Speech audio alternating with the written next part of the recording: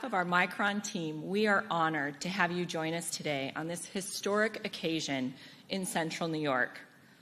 President Hilton, thank you for hosting us here at Onondaga Community College. Chancellor and President Severud, thank you for being a great partner the moment we began our site selection journey. Today, we are celebrating Micron's plan to invest $100 billion over the next 2 decades to build a megafab manufacturing facility in Clay, New York that will create 50,000 New York jobs, including 9,000 direct Micron jobs. This is a proud highlight of my 25-year career with this iconic American company. When we first came to Syracuse and we met with leaders over a year ago, we immediately were impressed by the collaboration, the commitment, and the tenacity to make this deal happen, and it was not easy. But all of those values are values that we collectively share. We knew from the beginning that this was more than a business deal. It was about making a big bet on our company's future and a big bet on this community. So while most companies would define success only by growing their revenue or net income, we believe it is so much more than that. Success is also defined by the generational opportunities that we will create in this community, inclusive and equitable opportunities so every person has a pathway to be part of this significant Central New York investment.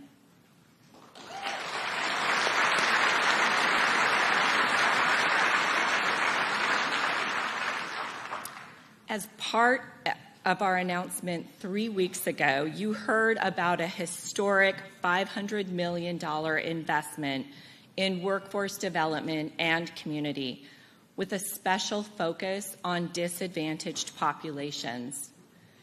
Micron is proud to invest $250 million over the next 20 years as part of the company's commitment to this Green Chips Community Investment Fund. Governor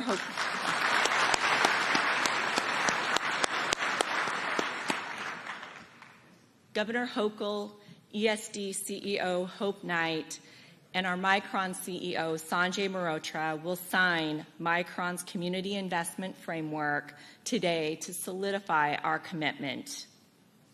But we are ready to mark the beginning of the community investments as part of this fund, and today I have the distinct honor of sharing these initial investments with all of you. First, I am proud to announce an investment that will stay right here on this campus. Micron will invest $5 million to build and outfit a clean room at Onondaga Community College and support the school's curriculum.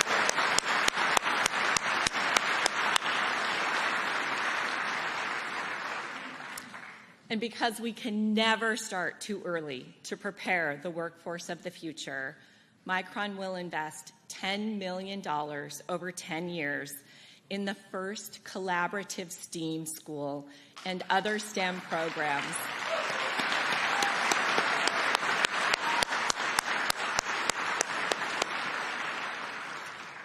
The new STEAM school will offer unprecedented opportunities in emerging technologies and the arts to socioeconomically, racially, and geographically diverse students, reducing barriers to STEM careers.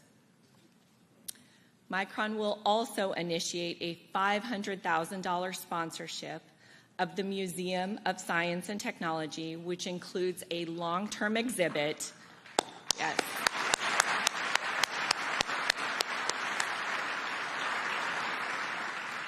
This investment includes a long-term exhibit that allows students and their families hands-on experiences to learn about semiconductors and the applications.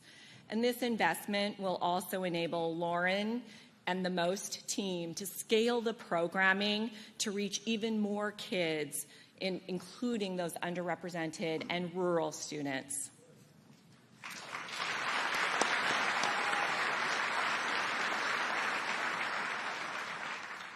And we know that any healthy community has to start with quality childcare and early childhood learning. So Micron will make an initial investment of $500,000 in the YMCA of Central New York to support these programs.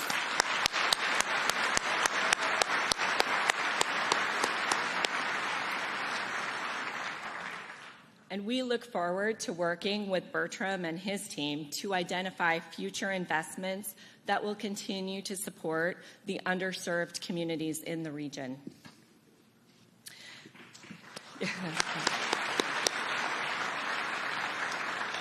A significant factor in our decision-making to select Central New York for this transformative investment was the strong workforce in the region, including the vast number of talented veterans. So we are proud to have veterans on our board and in our C-suite at Micron. We will partner with Syracuse University Institute for Veteran and Military Families, supporting veterans' skill development and advanced manufacturing jobs transitioning into those roles. Micron aspires to hire more than 1,500 veterans over the next 2 decades.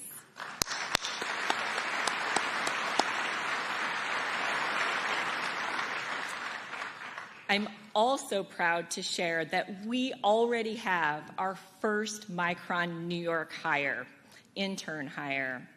He is an SU electrical engineering student from the veteran community.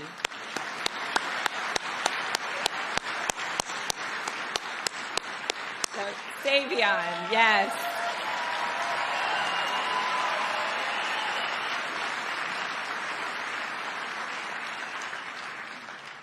Savion Pollard was born in Queens, New York. He is a Navy veteran with over 8 years of experience working in electronic systems operations and maintenance in nuclear power, including nuclear subs. Savion has proven himself as a leader. He serves as the treasurer of the Student Veterans Organization, and he also volunteers, because that wasn't enough, he also volunteers as a youth mentor with the Big Brothers, Big Sisters of America. So Savion, thank you for your service and welcome to Micron.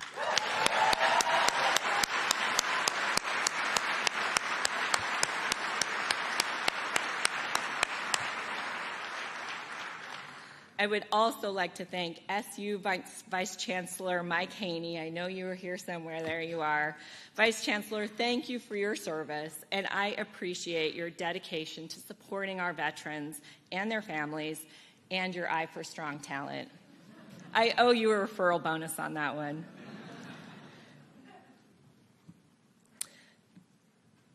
We need to eliminate barriers to prevent economically disadvantaged and underrepresented individuals from participating in the workforce expansion. And we know that these partnerships that we're creating with Onondaga Community College and SU will help us do that. But this is just the beginning of our journey. I and my team have spent many hours this week conducting listening sessions and town halls, and I've heard the overwhelming excitement and the understandable challenges.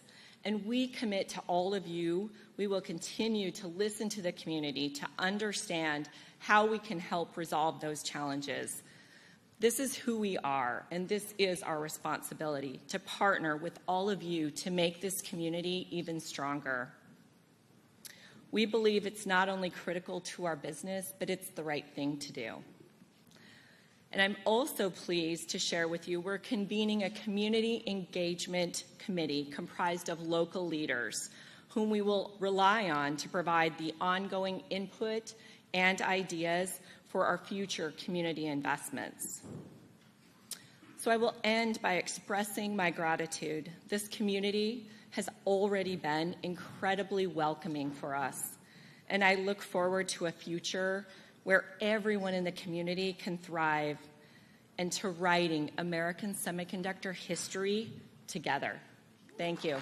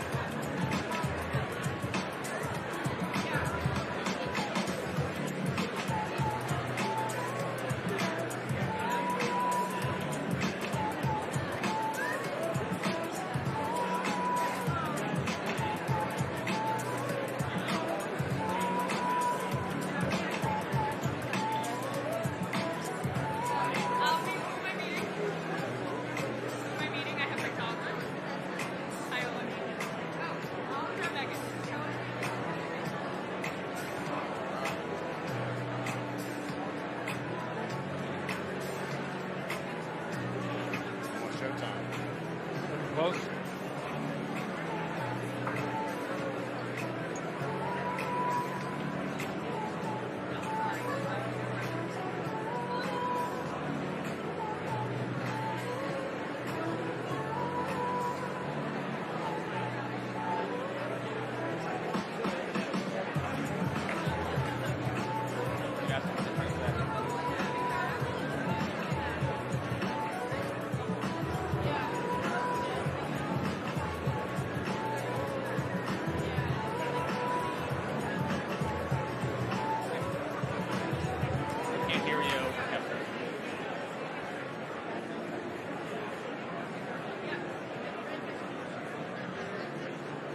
Again, yes.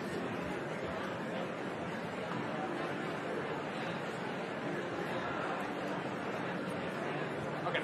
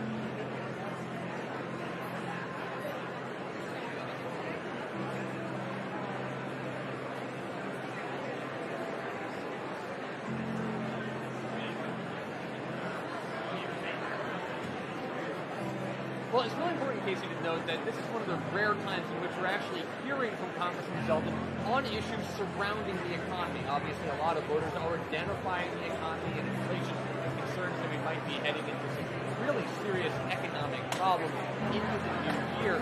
But Zeldin is really so far focused on issues like crime and public safety, really kind of beating that drum in this election.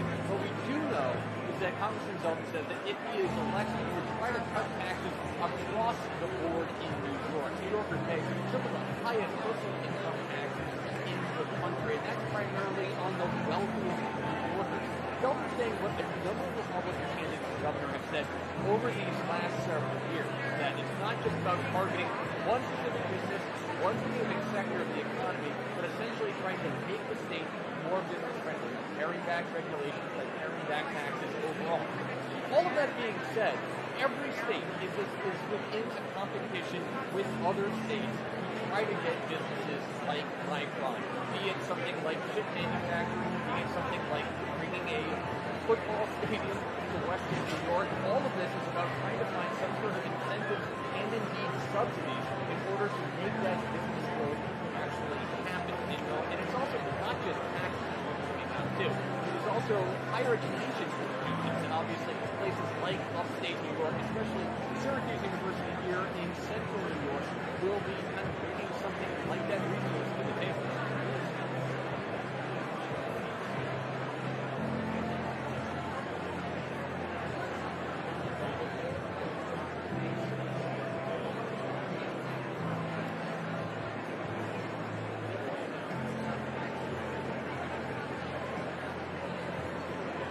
Well, that's essentially trying to target these specific businesses, these specific industries to come to New York with those kind of targeted tax cuts, those tax breaks, those subsidies. We kind of saw this in many respects on steroids with Governor Andrew Cuomo when he was trying to do the Buffalo Billion in Western New York, trying to boost the Western New York economy, and also he tried to set up these kind of tax-free zones around higher education campuses, around college and university campuses around New York. That was kind of met with some mixed results. However, something like this, when you're trying to get chip manufacturing, high-tech manufacturing off the ground, New York is in competition with states like Texas, states like Ohio, that have struggled, quite frankly, to kind of build up that manufacturing. It's not just other states, though. It's also other countries. This is something that a number of Democrats have also tried to frame as a key national security issue going forward, because of so much chip manufacturing that's been done in China, America, the United States, and even New York are trying to become a lot more self-reliant on manufacturing the technology themselves.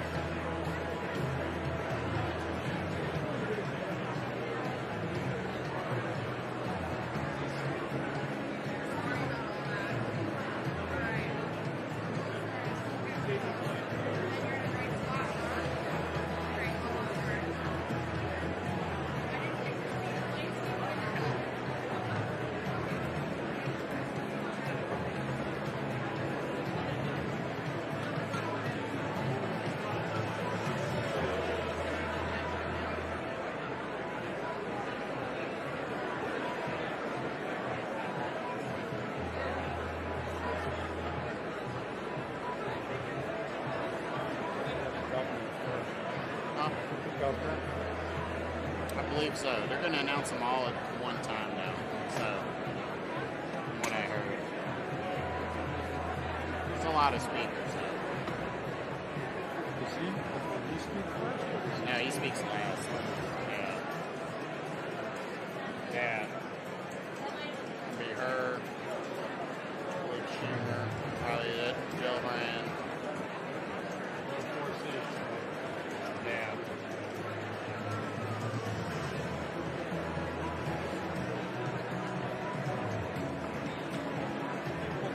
And I think it's then it's the one of the main hosts of this event, and then they're going to introduce him.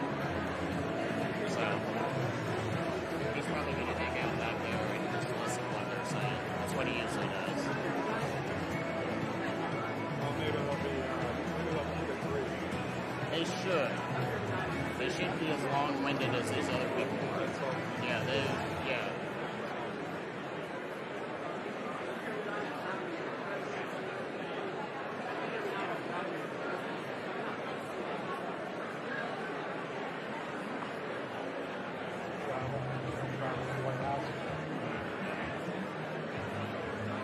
Always the same. Is it rotating guys? They try to. I mean, there's not too many of us, but yeah, as far as events and stuff, a lot of them are kind of all like their own works and stuff. This one's kind of, I'd say it's a medium-sized event. They got the painting tour. He's got a tour. You know, look at some robots and stuff. I mean, of course, every trip doesn't have. Some it's just comes in, it's a stage, he talks, and he leaves.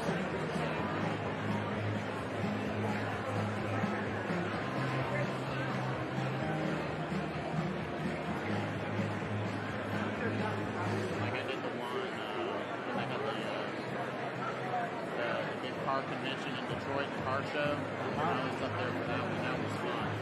So he drove like 3 cars, walked around with all kinds of cars. I mean, that tour ran long, but it's like, of course, I knew it, but it's like, man, he's driving cars. Of course, they ain't gonna take his time. You know, show him all the new cars and everything. And then that was in a convention center, so you know, like all these laser lights, and it was crazy. Yeah. You go to Oh yeah. That one's a whole lot of fun. It's just sitting around It waiting. is sitting around. He's just hanging out at home.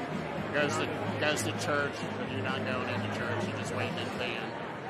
It's on the bike every once in a while, or not even. Not in Wilmington. He doesn't do Not it. in Wilmington. He does that when he goes to Rehoboth. Or on like a summer. Yeah, Wilmington is It's just. only Rehoboth. Yeah, Wilmington is at the house, going to church, playing golf. And if it's too cold, it's church at home. That's it. Super. Yeah, Not even much of the press even goes because they know nothing's. It's like minimal people go. we used to get on rotation during the transition early on. Just south of the city along the water. Yeah. I haven't even been there. Yeah.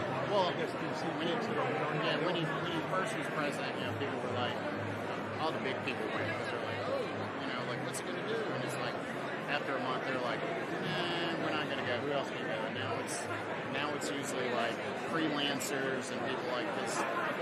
There's nothing newsworthy. Yeah.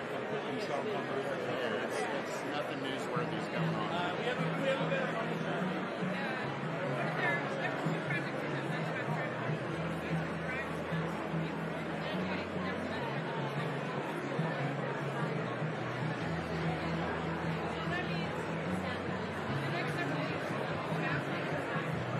Always used to joke with our guys at the White House down in D.C. When Obama was taking all those trips and doing, he would go to Hawaii over the holidays. It's always the same crew. Somehow, one of our guys always got in that rotation. Yeah. Go out there for 2 weeks. Like, Yeah. that's a good deal. Yeah, they're wondering if he's gonna do something like that this year. I was like, I don't know, man. He's probably going to Delaware. That's when you're excited. That's for sure. Yeah. And then he would do Obama, obviously, Kentucky too, right? Big Yeah. Bush used to go to Kenny Park, so guys used to go to him. Usually that's why they get on those, because you get a little bit, you got to get a little gravy to stay in the White House. Yeah. 300 days. Well, he did do South Carolina. That wasn't too bad. For summer, that wasn't too bad. Down there near Charleston, that was kind of nice. I think that was a family decision because he had his grandkids and his, sons and stuff. So I think the family was like, let's go somewhere else. Like, the grandkids are not going to Wilmington or Rehoboth. Like, we're going to go somewhere else. You can't go wherever you want. Yeah, you can go where you want, but this is where we're going. So.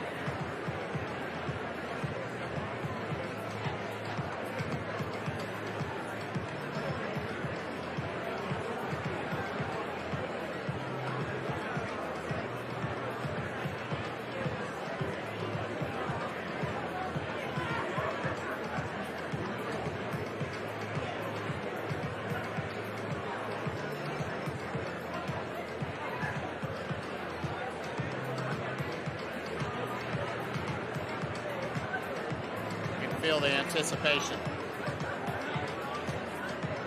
You're getting compelled.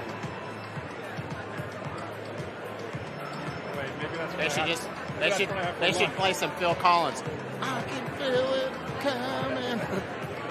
Then the crowd would really get on edge. He's got the best drum. Maybe I'll go over there suggesting Phil Collins in the air tonight. Hit it.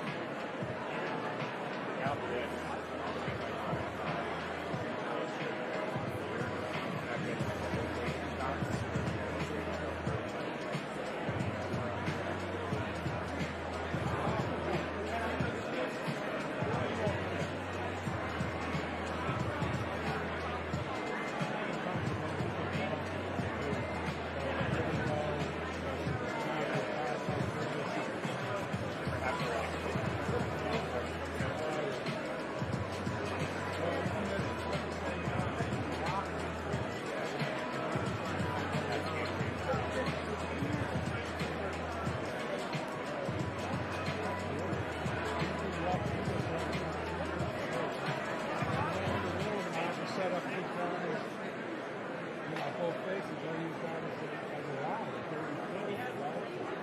Put the legs down on the face, set them down, and bring it up.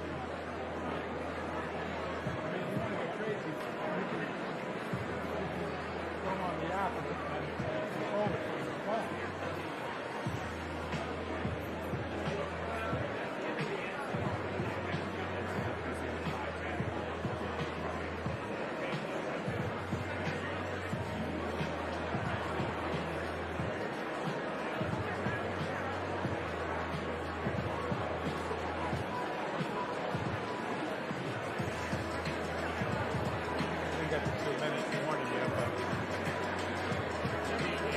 This is running a little longer than what I was told.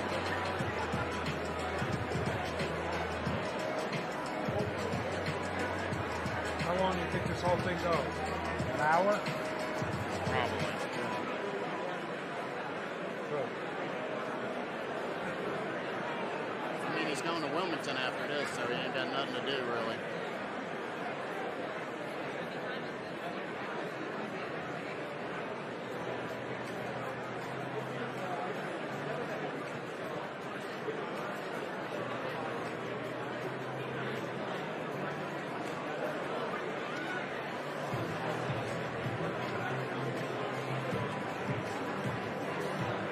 Service ain't getting too serious yet, so you know we got some time.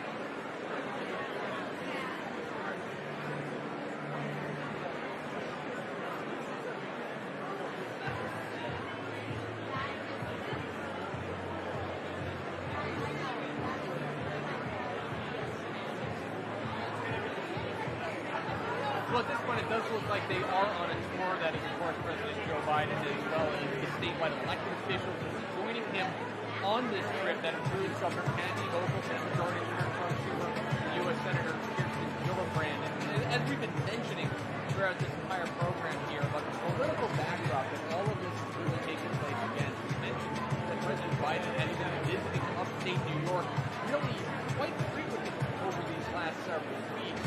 One thing that's really kind of solidifying today is the political alliance that we're seeing between Governor Hochul, who of course is running for a full term this year, as well as President Biden. Of course, his own political future is in some doubt on whether he will run for a second term. We do not expect him to make that final decision for quite some time now, but we are at kind of a very interesting moment here.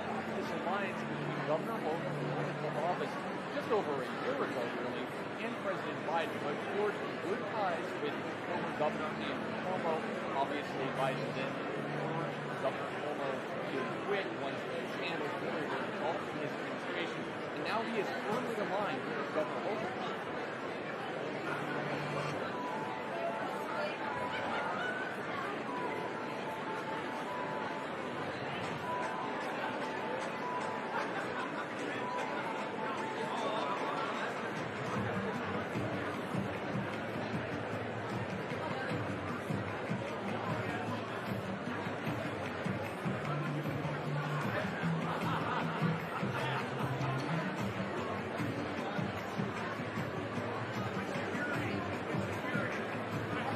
Congressman Zeldin could have tied Governor Hochul to former Governor Cuomo in that debate, but he didn't do that either.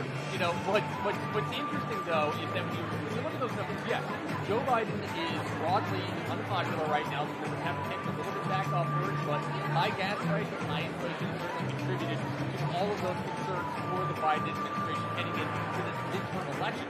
All of that said, while Joe Biden's popularity and favorability rating, job approval, whatever you want to call it, has also declined in New York, it's still very heavily Democratic state. Joe Biden has drawn a lot of support, quite frankly, from black voters who make up the backbone of the Democratic Party, who make up the backbone of the Democratic Party here in New York as well. So Governor Hochul will hear President Biden going forward.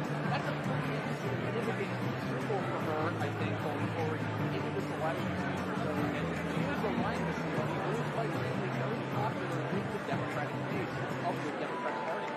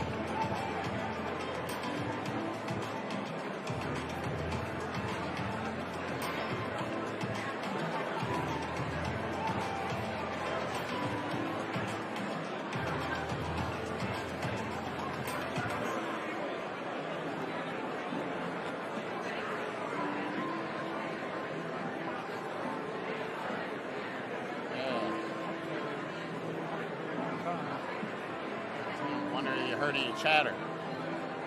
Nothing.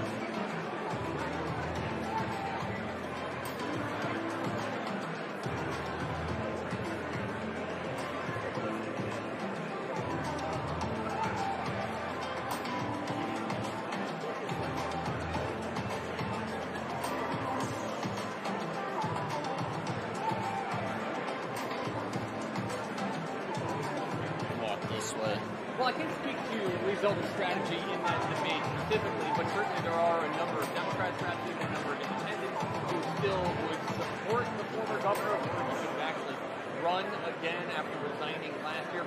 But all that said, I think a number of the candidates actually did leave some issues on the table that they could have used to criticize their opponent. You mentioned Zeldin not necessarily bringing up former Governor Cuomo to criticize Kathy Hochul as she served as lieutenant governor before being elevated to the governorship following Cuomo's resignation. But quite frankly, Kathy Hochul could have brought up that Zeldin supports decreasing taxes on very wealthy people. Yes, taxes are high in New York, taxes are high on very rich people, but politically it is quite popular to tax the rich in New York. It means a lot of money for schools, a lot of money for health care.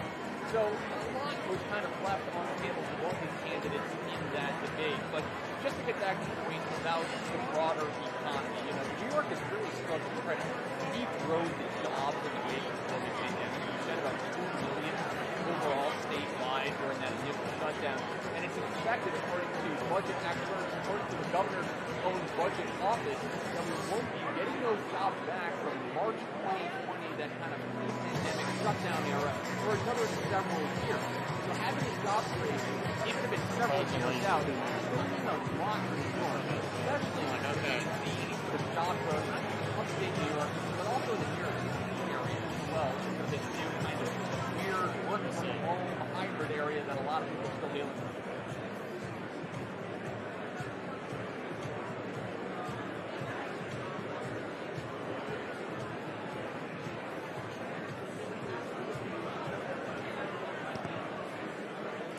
Hello and good afternoon. Please take your seats.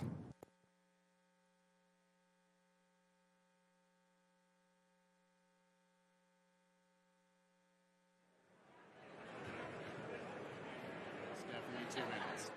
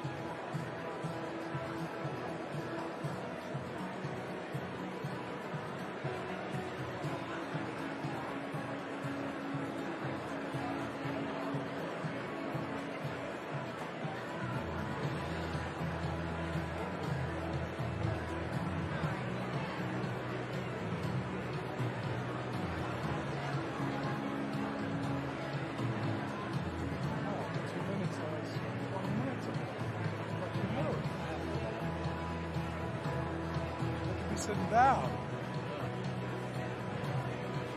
Service is like, 2 minutes.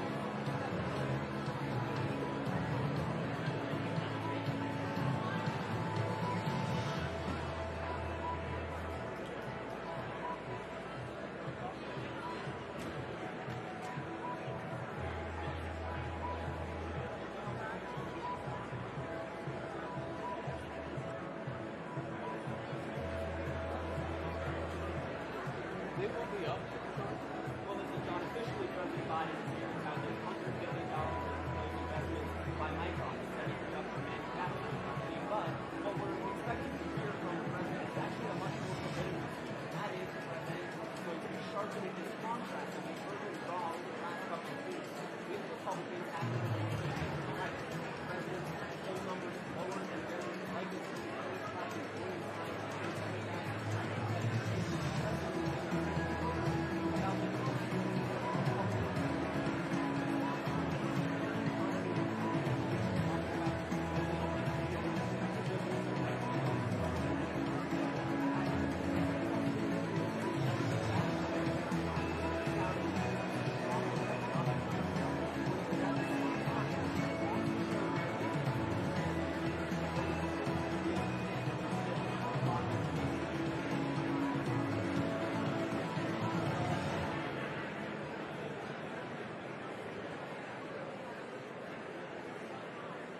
Yeah, John, we're 12 days away from the midterm elections. We would expect perhaps to see the president be rallies on some very competitive things.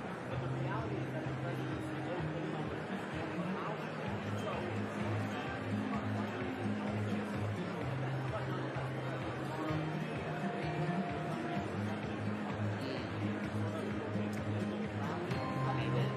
Maybe we'll cancel. Might be funny.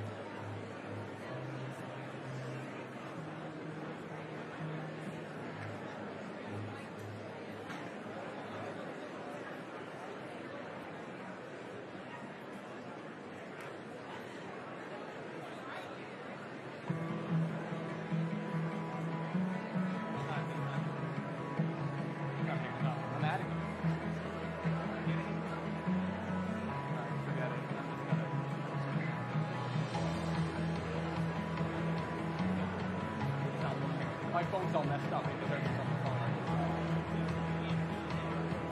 Yeah, we can. Like, I can hear them. I can't. It's not, for whatever reason, I can't call you.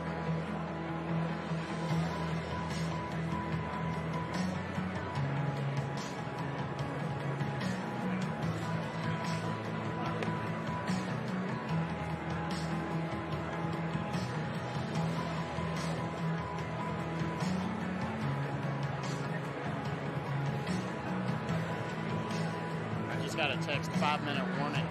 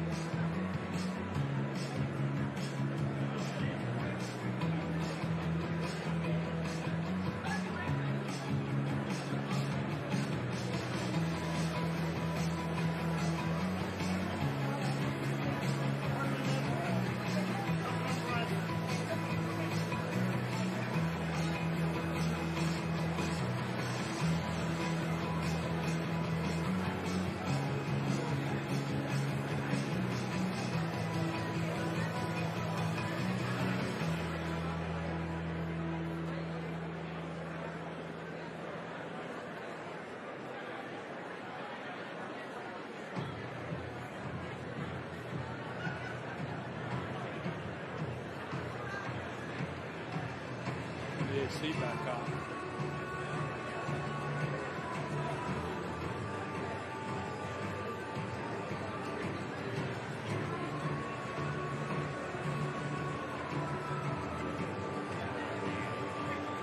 That's what's taking so long.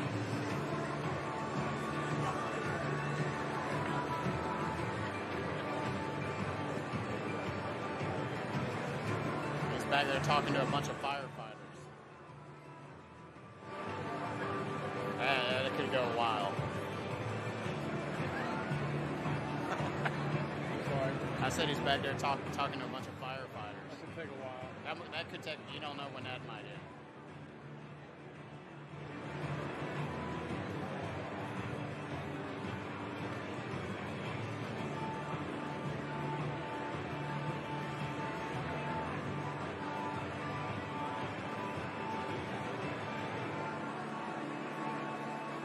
Tom, his first job as a firefighter.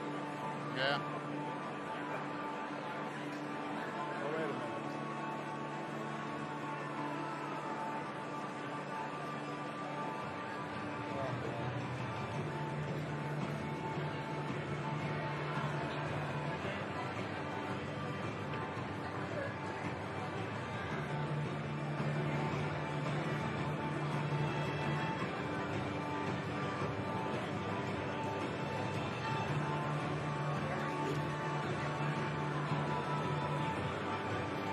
Well, right now people have been asked to sit down. They put the presidential seal out, which is a sign that this is supposed to be getting underway momentarily, but that's been quite some time ago now. So it does seem like this tour with President Biden and Micron executives, as well as here top-level officials, Hochul, is still kind of getting underway here. And hopefully they will actually come out in front of the crowd here. All that said, you know, this is something that I'm not surprised that maybe President Biden, maybe Senator Chuck Schumer, and Governor Hochul all want to have some individual FaceTime with each other right now, because as we have noted at this point throughout this afternoon, that we are heading into the election season, early voting getting underway, absentee balloting is already in place right now, and then of course Election Day is less than 2 weeks away. This is really kind of a pivotal moment for Democrats going forward. Obviously, Senate Majority Leader Chuck Schumer wants to remain the majority leader, and that certainly is in doubt considering just how narrowly divided the U.S. Senate is right now. It's like 50-50 with that one-seat advantage because of Vice President Kamala Harris. All that said, also, you've got Governor Hochul, who is in a tighter-than-expected election battle as well against Congressman Lee Zeldin, who, by the way, has been starting an upstate tour heading into Election Day and early voting, which is expected to start this weekend.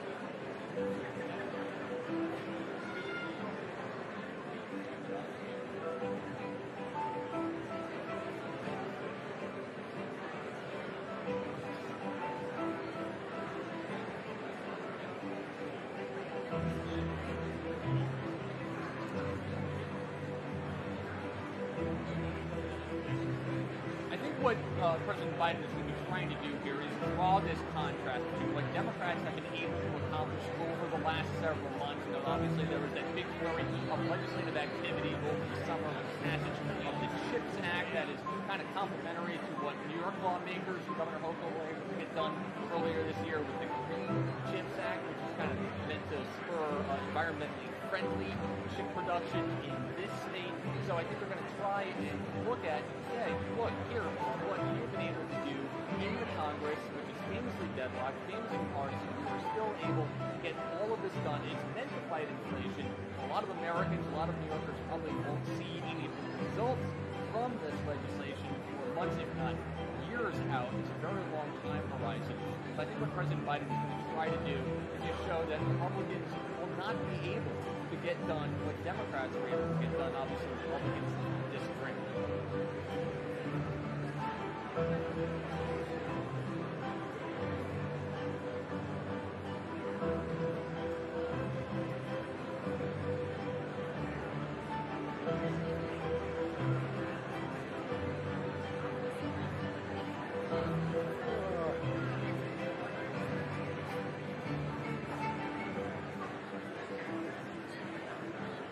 Well, that project labor agreement is really key because once you get labor unions on board for something like this, that's really politically important because of the political juice that a lot of labor unions, organized labor in New York politics are exposed. So that's a good sign. Yeah. The speech is coming. What jobs can actually be created, how many jobs are actually going to get created, that still remains to be seen. And quite frankly, the Hochul administration really hasn't shown their work, as it were, to kind of back up just how many jobs are going to be created and how they're going to be created.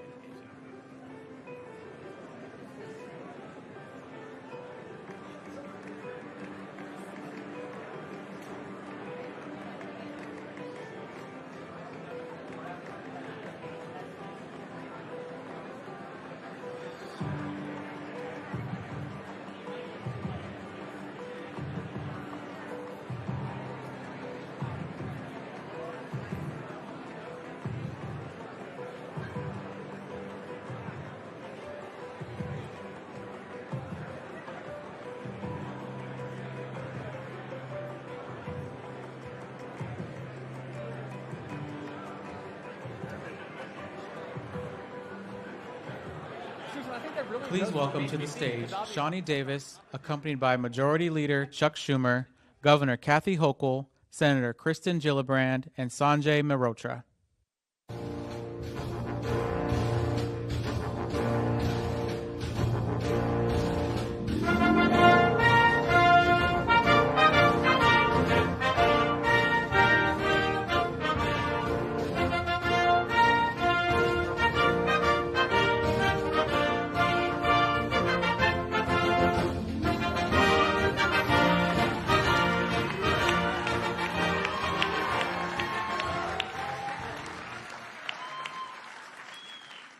Thank you, everyone. Thank you. It is such an honor to be here. I can't believe this, but here I am. My name is Shawnee Davis, and I am a proud member.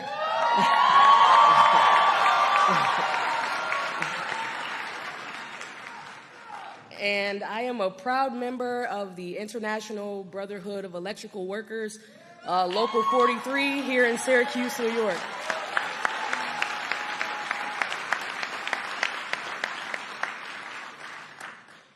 I wasn't always a skilled tradeswoman. As a matter of fact, I attended Syracuse University, where I studied psychology, which is totally different from what I'm doing now. But I got my start as an electrician, doing an amateur rough-in with my dad in Florida, and I loved it. I enjoyed the experience, and so my dad told me, if you love it so much, when you get back to New York, you join the union. And so that's what I did. Local 43, they welcomed me, and with some borrowed tools from our now business manager, Al Marzullo. Ooh, Al. I was able to work my way up, starting as a helper, moving up to being an apprentice, and then a journeywoman electrician. And now I am the first black woman master electrician in the region.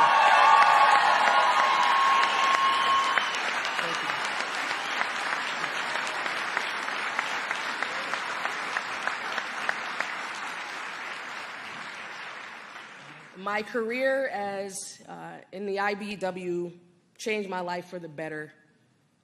It's given me incredible opportunities and a bright future here in Syracuse, New York area. And I'm not only a master electrician, but I also own my own electrical contracting company, Luminary Electrical Contractor.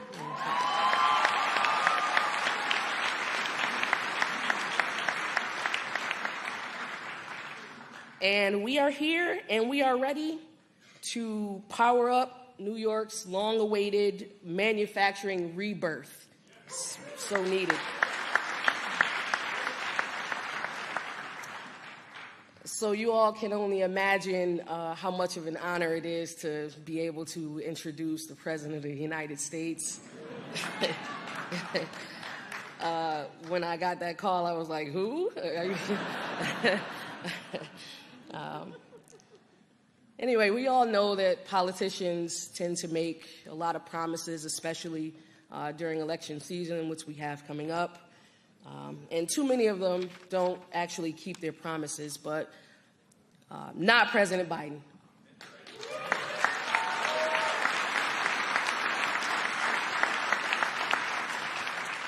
One thing I really like about President Biden is that he understands the value of our workers in the United States, and that we've always, as workers, stepped up to help our communities and our country, and that the workers of this country should be respected, and as well as the unions in this country. Excuse me.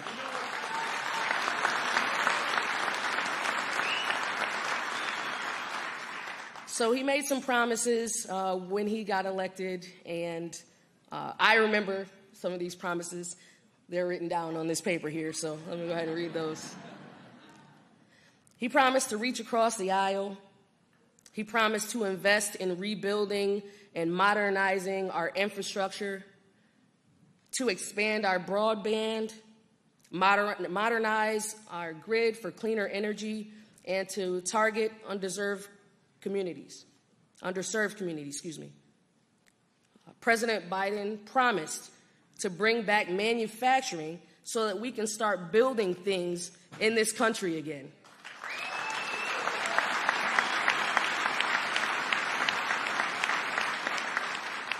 Well, here we are 2 years later, and I am saying loud and proud that promises were made and promises were kept.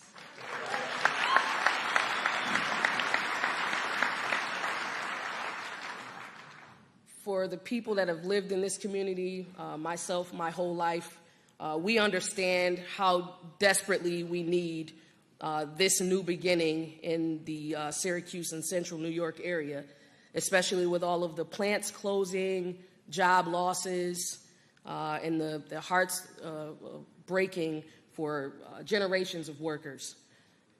So this plant means hope. It means good-paying union, construction, and manufacturing jobs for years to come.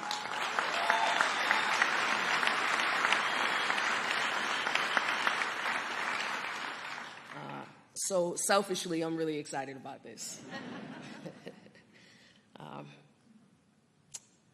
This plant also means that when I go to see and speak to our high school and middle school students, I can, which is our next generation of workers, I can look at them and say, you can get a job right here in Syracuse. You don't have to go away anymore. You know, that was one of the things that we lost, with a lot of people moving away because we didn't have that. So we have that now, and I'm able to go ahead and say that to them, looking right in the eye and say that to them, and also to show them that a person that looks like them can be a part of rebuilding our city, our state, our country.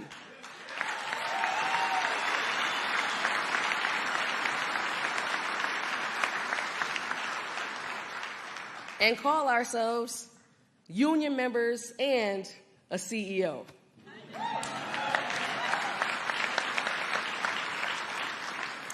But it's not just about the announcement today for what we're here for Micron, but thanks to the bipartisan infrastructure law, Central New York is rebuilding just along with the rest of the country.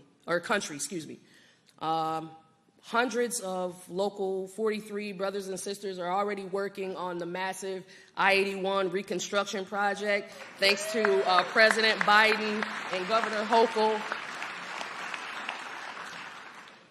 And Joe Biden has always kept his promises to union workers like myself, and that's why I'm proud to be standing here today. So on behalf of my family, on behalf of my local union, on behalf of this great city of Syracuse, New York, it is my greatest honor to introduce a great champion of American workers that we've ever had in the White House.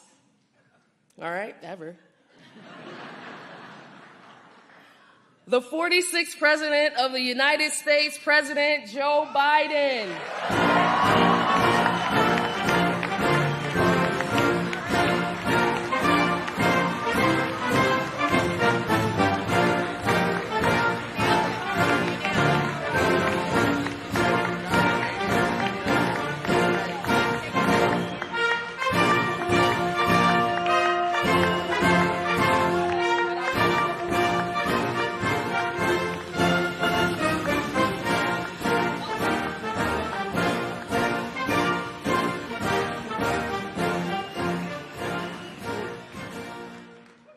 Well, thank you very much. Hello, Syracuse. If you have a seat, take it. If you don't, I'd probably leave. Shawnee, thank you for that introduction and for representing your sisters and brothers, the IBW. One of the reasons I'm standing here is because of the IBW, not a joke. They endorsed me early on, and along with, quite frankly, every other union in America, and we came along. I made a promise, and I'm keeping it. I'd be the most pro-union president in American history, and I'm going to make sure that happens. Simple reason for that. You know, the middle class built this country, and unions built the middle class. We used to say in the Senate, excuse the point of personal privilege, so I'd like to introduce some of my family and friends, and I don't know where they are right now, but my, I married a beautiful woman from Skaneateles Lake, was at Syracuse. I met her on spring break and fell head over heels in love with her, and gave up a starting job on the football team in Delaware to come up every weekend because I couldn't stay away from her. And her brother Michael's here. Where's the family? There they are, back there. The Hunter family is here. Daughter Lauren and Greg, and the children Gillian and Gregory, and Nancy Hunter and her daughter Jess, my brother-in-law Johnny's wife and daughter, and as well as one of Bo's best buddies, Andy Grote, and an old friend who's here. I excuse this again, as used to say in the Senate, a point of personal privilege. But just like coming home, man, coming home. Molly and her brother, Jimmy Crean. And the president of Syracuse University and the dean of the law school, who probably I wouldn't get in these days, although I went there on a scholarship. And Mayor Walsh, Ben, thank you, County Executive McMahon. It's good, it's good to be in a place that means so much to me, and that means so much to our country with the project we're here to celebrate today. Governor Hochul, thank you for the passport into the state.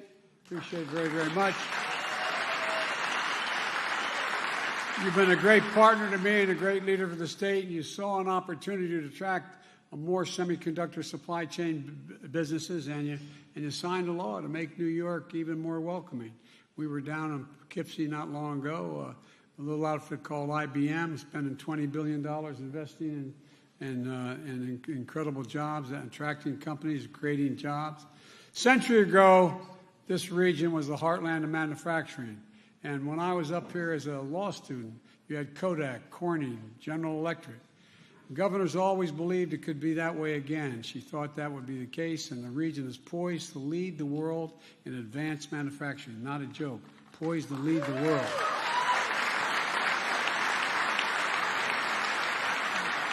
And I also want to thank my buddy Chuck Schumer, Senate Majority Leader. This guy gets things done.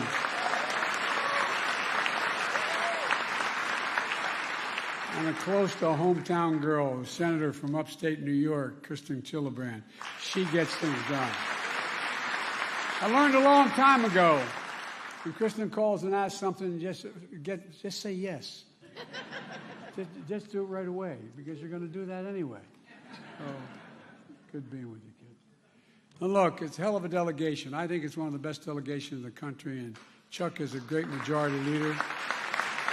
Getting big things done. And we wouldn't be here today. It's not hyperbole. We wouldn't be here today without him. And Kristen's, as I said, hometown here in upstate New York. She's a fighter for families in this area. And you'll be hearing from all these folks in a minute. But Congressman John Katko, where's John? Johnny?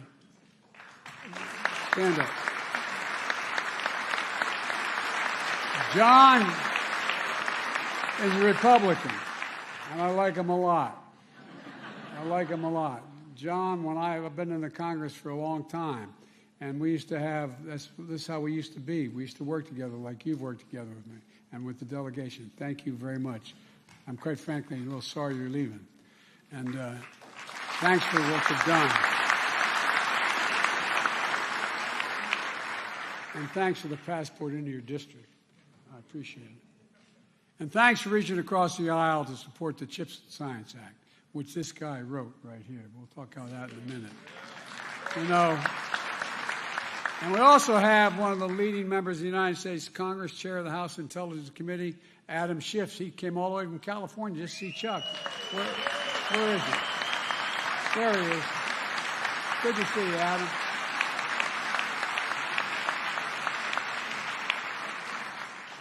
Adam and I talk together a lot. We can't share any secrets to the rest of you, but, you know, we can talk. He's the only guy I can talk to. I'm only kidding. Folks, we're here to celebrate one of the most significant investments in American history. Again, not hyperbole. One of the most significant investments in American history. And it's going to ensure that the future is made in America. One of the bright spots around the country that should give us a sense of optimism and hope about who we are as a nation. And it's part of a broader story about an economy we're building and one that works for everyone. The positions America, it put America in a position to win the economic competition of the 21st century. And again, that's not an exaggeration. It's literally an accurate statement. We're joined today by the CEO of Micron to celebrate their commitment to invest $100 billion over the next 20 years here in America to build factories, to make semiconductors, those small little computer chips that power everything in our everyday lives, from our smartphones to our automobiles to washing machines, hospital equipment, you name it. It's the largest American investment of its kind ever in our history. Thank you very much, boss. They're going to build factories the size of, this is not hyperbole, the size of 40 football fields, big enough to fit the Carrier Dome 4 times inside it and still have space left over. And this is amazing. What's that going to happen here? You guys have no idea. It's going to run, and it's going to run entirely on renewable energy. 9,000 jobs, from PhDs and engineers,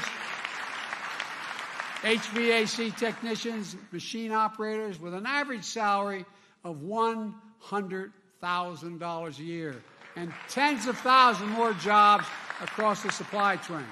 20 unions working together to fill jobs for technicians, construction workers, electricians, operating engineers. And by the way, it's the largest investment in American history that's also governed by a project labor agreement.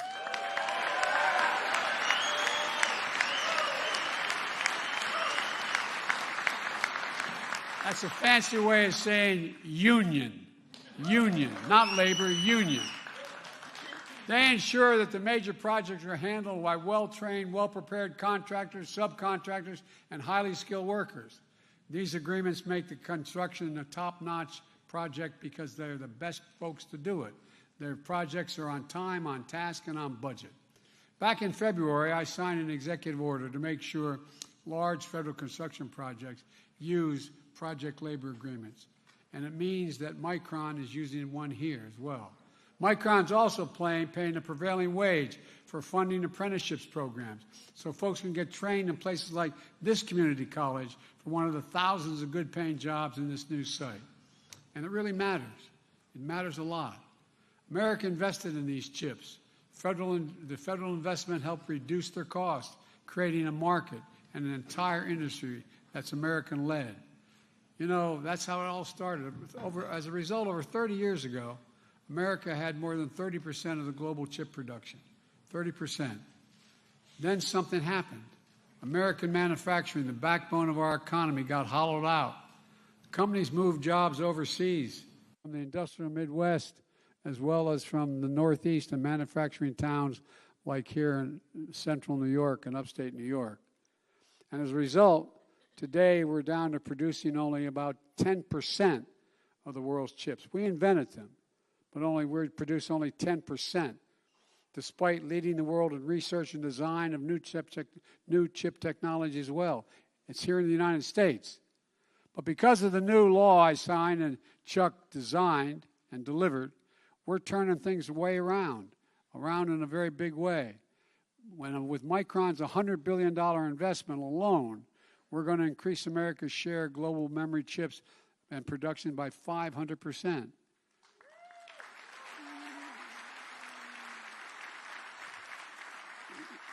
The company Intel in Ohio and other companies, including foreign companies, that are investing billions of dollars across America to make these chips here.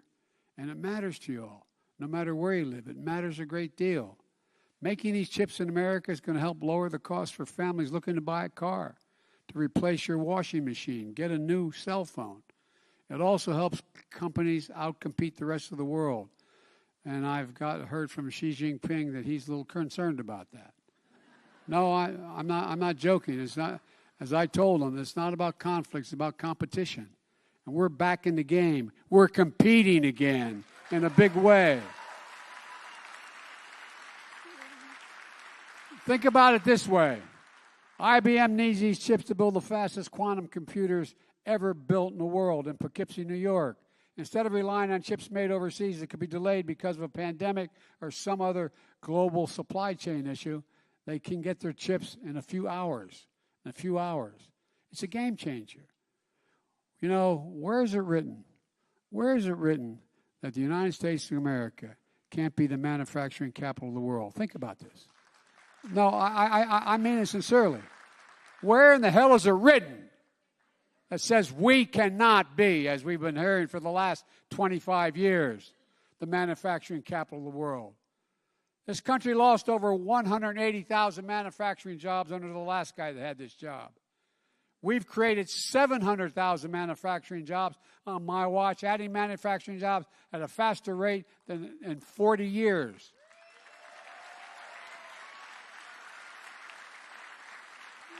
The previous president made a string of broken promises in places like Wisconsin, Indiana, Ohio, where promised investments in jobs and manufacturing never materialized, but layoffs and shuttered factories did materialize. On my watch, we've kept our commitments. On my watch, Made in America isn't just a slogan, it's a reality, Made in America. And today's announcement is the latest example of my economic plan at work. I've said from the beginning that my objective is to build an economy from the bottom up and the middle out. An economy that rewards work, not just wealth. An economy that works for everyone. So the poor have a ladder up, the middle class can do better, and when that happens, the wealthy do very well. They don't get hurt at all. They do very well. It's a fundamental shift, and it's working compared to what the very conservative Republicans are offering these days. Let's just take a look at the facts. When I took office, the economy was in ruins. My predecessor was the first president since Herbert Hoover, not a joke, to lose jobs in the entirety of his administration. The first, unemployment when I was sworn in was at 6.4%. Hundreds of thousands of small businesses closed. The irony is that during the pandemic, the record number of Americans became, at the same time we lost all these small companies, a record number of Americans became billionaires in the middle of this crisis. While more than 9 million people were still out of work from the pandemic when I took office. Today, with the help of the people behind me, we're in a much better place. 10 million jobs created since we took office, a record for any administration in American history. Unemployment is at 3.5%, the lowest it's been in 50 years. 5.4 million Americans applied to start small businesses, the highest level ever in American history. And because of the action we've taken, gas prices are declining. We're down $1.25 since the peak at this summer, and they've been falling for the last 3 weeks as well, and adding up real savings for families. Today, the most common price of gas in America is $3.39, down from over $5 when I took office. We need to keep making that progress by having energy companies bring down the cost of a gallon of gas. That reflects the cost they're paying for a barrel of oil. There used to be a direct correlation. Barrel of oil goes down, the price at the pump goes down at the same time. If we're taking average profits they've been making over the last 20 years instead of the historic profits they're making today, the price of gas would be down an additional 40% to 40 cents today to $3 a gallon. And by the way, last quarter, the 5 largest oil companies made, in the last quarter, $70 billion in profit in 90 days. Shell announced just this morning that it made $9.5 billion in profits in the third quarter. $9.5 billion. That's more than twice of what they made in the third quarter of last year.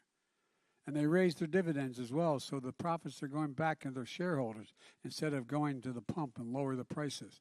Because if they charge the same amount as they're acting as they did a year ago and 2 years ago, when the price of gas goes down, the price of oil goes down, the price of gas goes down. And even though my Republican friends in Congress seem to be hoping for a recession, many of them, present company excluded, today, the GDP results came out, and the economy, in fact, is growing. In fact, the economy grew at 2.6% rate last quarter, and although it may not feel like it for everyone, people's incomes went up last quarter more than inflation went up, and enough growth. So, economic growth is up, the price of inflation is down, real incomes are up, and the price of gas is down. Folks, continue to spend, but now at a more stable pace than during our rapid recovery last year. Businesses continue to invest in America. Exports are up, which means we're making things here in America and shipping the products overseas instead of shipping jobs overseas and sending them back here. The supply chains are running more smoothly, helping companies build up inventories. Here's another thing. My predecessor promised, and you heard it for 4 years, infrastructure week. Seemingly every week for 4 years. But it never got done. It became a punchline when you talk about Infrastructure Week. Well, on my watch, we turned Infrastructure Week into the decade of infrastructure and a headline. A once-in-a-generation investment on our nation's roads, highways, bridges, railroads, ports, airports, water systems, high-speed internet. And the American people are seeing the benefits of this economy that works for them. Families have more net worth today than they did before the pandemic. Fewer families are behind in their mortgages, their credit card bills, than they were before the pandemic. More Americans have health insurance than before the pandemic. And we're doing everything we can to give folks just a little bit, and my dad would say, just a little bit of breathing room. We're giving Medicare the power to negotiate lower drug prices. Folks, we've been trying this for as long as I was in the Congress. We pay the highest price for prescription drugs of anywhere in the world.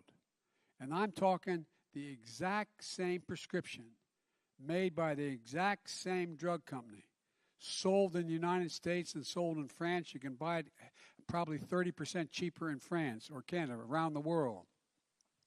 Where's it written that that's okay? Where does it say that's okay to do?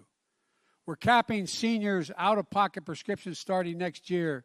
Prescription drugs, and it's the law now, will not have to pay if they're on Medicare more than $2,000 a year for the prescriptions, no matter how much they cost.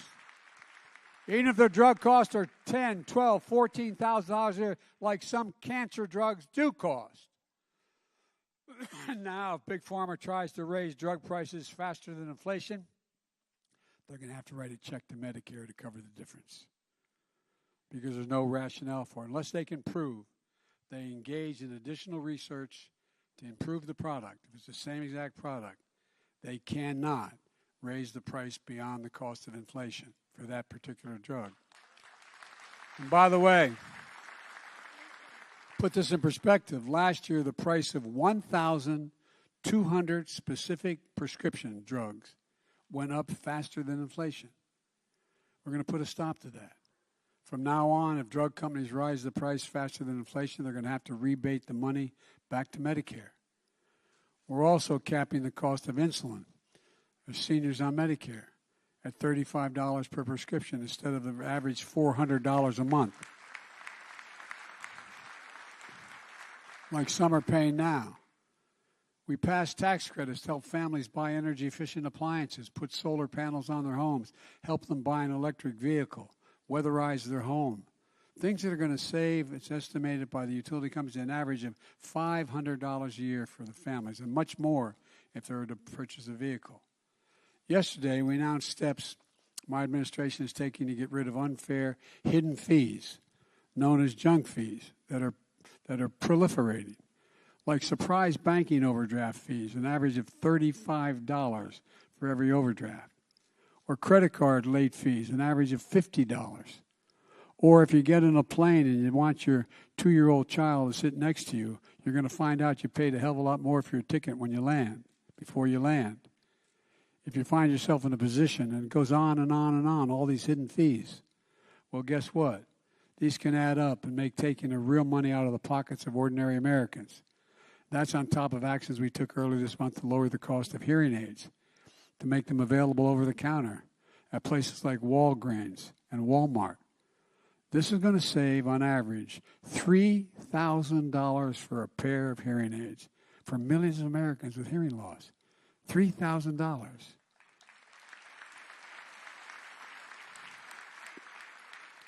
I took action to ease the burden of student debt for millions of working and middle-class families. Average income, $70,000 a family, recovering from the pandemic. My friends on the right, they criticize the move. But I'm never going to apologize for helping working and middle-class families as they recover from the pandemic. Especially not to those same folks who voted for a $2 trillion tax cut before I got in office to give away that mainly benefited wealthy Americans and the biggest corporations. Not a penny of it paid for. And we're doing all this by reducing the deficit at the same time. I don't want to hear about big spending Democrats creating the deficit. Let me give you the facts. The very deficit reduction that my Republicans voted against when they opposed the Inflation Reduction Act. This year, the deficit under our leadership is falling by $1.4 trillion. Let me say it again. This year alone, the deficit is down $1.4 trillion. In my first year in office, the deficit fell one year by $350 billion. Ladies and gentlemen, the largest ever one-year cut in American history on the deficit, cut the deficit in half. As I said, this follows a historic drop of $350 billion last year. And we're going to reduce the deficit by another $250 billion over the next decade. Why? A big part of that is because corporations are finally going to have to pay something. 15% minimum tax. You know, in the year 2000, 55 corporations made $40 billion. God love them, as my mother would say. but they paid zero in federal tax. Zero in federal tax. So guess what? The Inflation Reduction Act, we made sure they have to pay a minimum of 15%. That's less than you guys pay as union members in your tax. That's less than school teachers, firefighters, cops pay. But that 15% increase in the minimum tax is going to make sure we're in good shape for a long time here. That's all in stark contrast to Kevin McCarthy, Republican leader of the House of Representatives, and his fellow MAGA Republicans who say their number one priority is to do the following. And they've said it publicly. By the way, if I had asked you and we were just walking down the street, so can you tell me what the Republican platform is? What they're for? I'm not joking. I'm being deadly earnest. Like I said, I've been around a long time in public life. Republicans usually always have platforms. Say, this is what we're for. Well, they can't tell you what they're for, but they'll make sure they'll tell you what they're against. They're going to give the power we just gave to Medicare to lower drug prices back to Big Pharma to raise prices instead. The cap on the $2,000 cap on prescription drugs for seniors, gone. If Kevin has his way, McCarthy. $35 a month cap on insulin for diabetes for seniors, gone. Savings on health care premiums, $800 a year for literally millions of Americans under the Affordable Care Act, gone. And of course, they're still determined to repeal the Affordable Care Act overall, which would mean that tens of millions of Americans with pre-existing conditions who can't otherwise get insurance will lose even that insurance because they have a pre-existing condition. These protections are gone as well if the Republicans get their way, if Kevin gets his way in the Republican Congress. Tax credits to lower energy bills, gone. Corporate minimum tax, gone. Under the Republican plan, some big corporations are going to go back to paying zero again. That's the plan. I would argue it's reckless and irresponsible and will make inflation worse if they succeed. And then they're coming after Social Security. Now, it sounds like, there's Biden, that's typical Democrat saying Republicans are after Social Security. This is the one thing they've said out loud. They've written it down on pieces of paper. Senator Rick Scott, the Republican from Florida, who's in charge of getting Republicans elected to the Senate, has a plan that's laid out. You can look it up. You can, as I used to say, you can Google it. The plan that Congress will give Congress a chance to cut Social Security, Medicare every 5 years. Every 5 years can be up on the ballot. Either gets voted on or gets lost. Every 5 years. It's no longer, there's no such thing as a permanent plan. Every 5 years. You've been paying your Social Security since you were 16 years old on your first paycheck.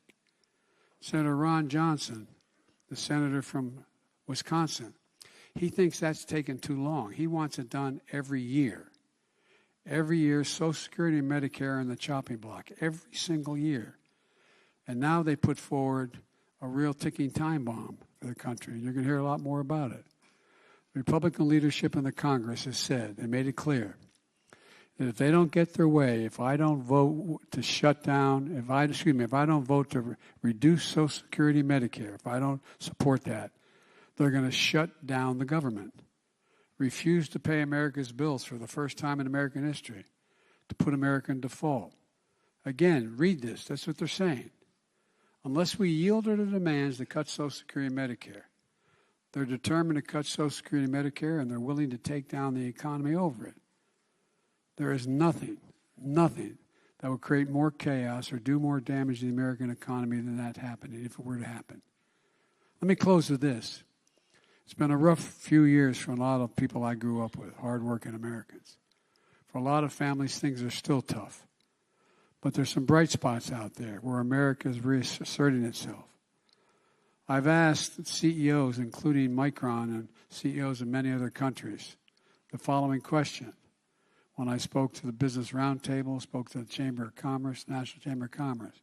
When the United States government decides to invest considerable resources in a new industry that we need to build up for our national security and economic well-being, does that encourage or discourage companies from getting in the game?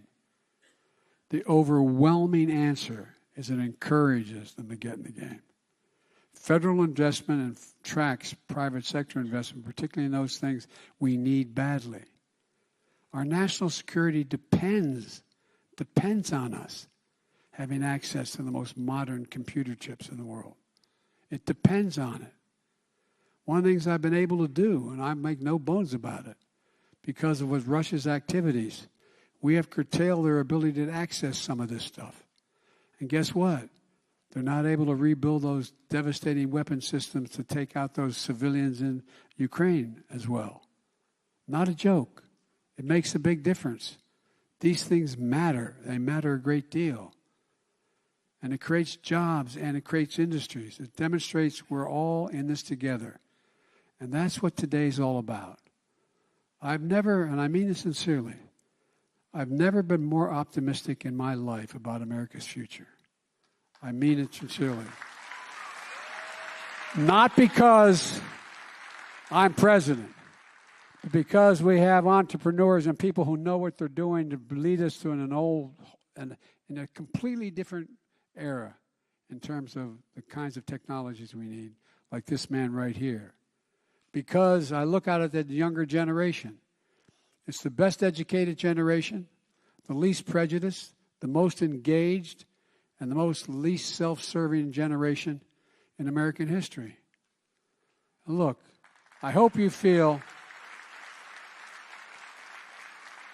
what I feel standing here today. Pride. Pride in what we can do when we do it together to build a better America.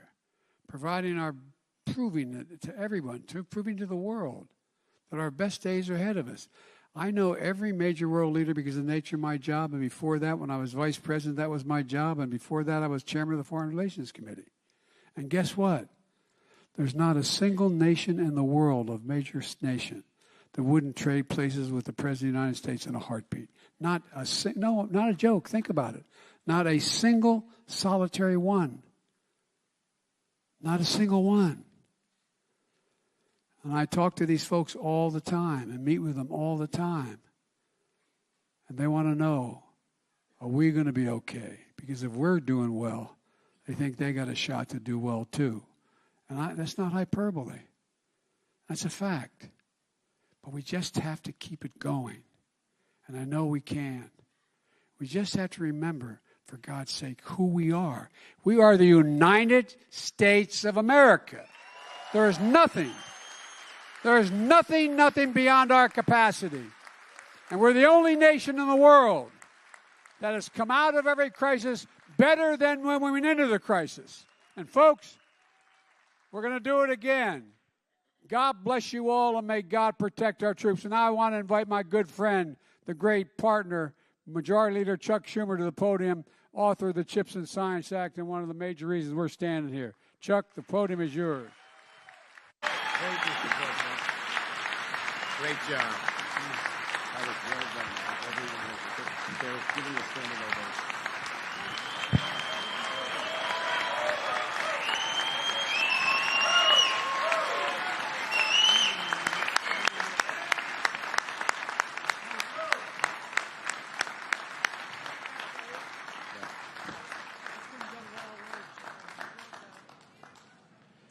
Well, what a great speech. Does that show what the America we stand for is? Absolutely. Thank you, President Biden. And it's my distinct honor to welcome you back home to Syracuse. Your history in Cuse is no secret, dating back to SU days many years ago. But today, your legacy here is secured forever.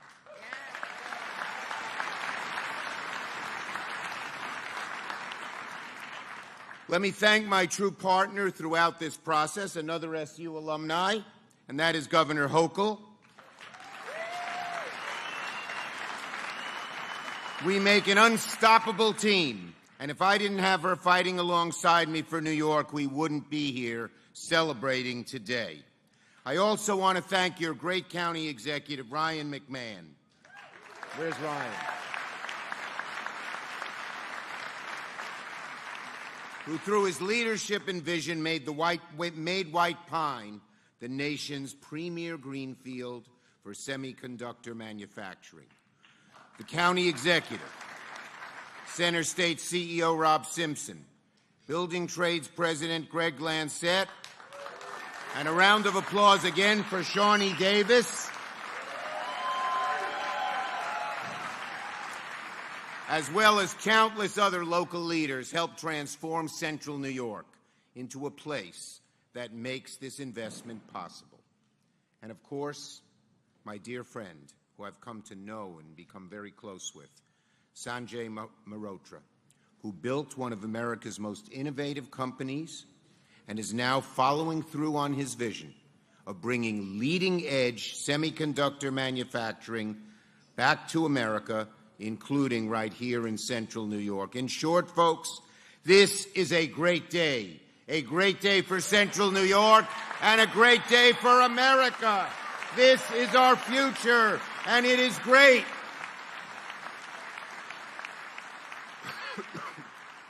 If there's a word to describe this moment, it's transformational. Transformational. Transformational can describe now what is happening here in Syracuse, in upstate New York, and in America. This is the largest private investment in New York history, the largest private investment in the nation, right here in Central New York. 50,000 New York jobs, enough to fill every seat in the JMA Dome, where Cuse is going to beat Notre Dame this week.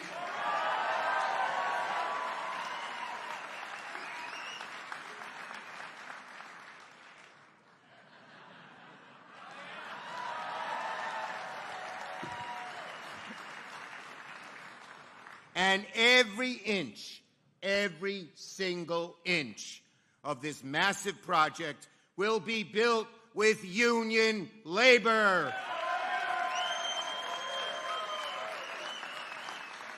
When I wrote this bill, I told the CEOs, yeah, we want to help you.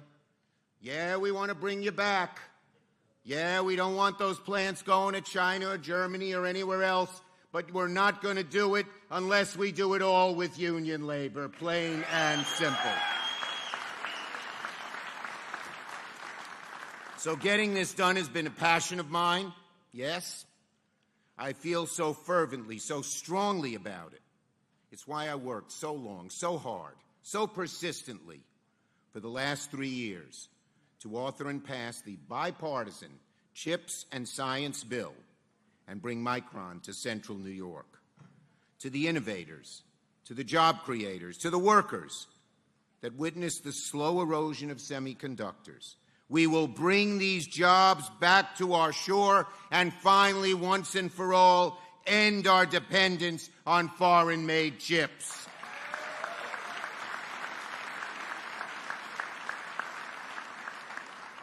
Now, all of the major microchip companies are considering investing in the U.S. because of these federal incentives. Without the CHIPS and Science Bill, this celebration of new investment would be happening somewhere, but they would all be overseas, in Europe or Asia, not here in America, not here in Central New York. Congressional negotiations were all but dead over the summer. But President Biden and I knew the stakes were too high for the country to let the bill fail. And we fought so hard because President Biden and I knew what succeeding would mean to places like upstate New York.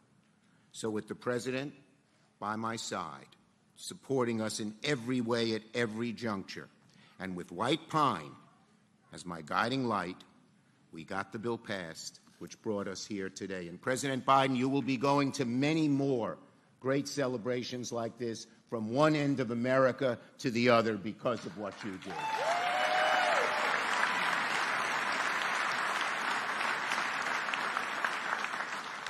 And the bottom line is, as the President outlined, there's a real difference between the two parties, folks.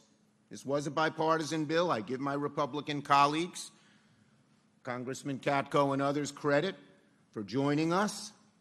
But make no mistake about it, it was only because there was a Democratic majority in the Senate, in the House, and a Democratic president. If McConnell was leader, this bill never would have seen the light of day.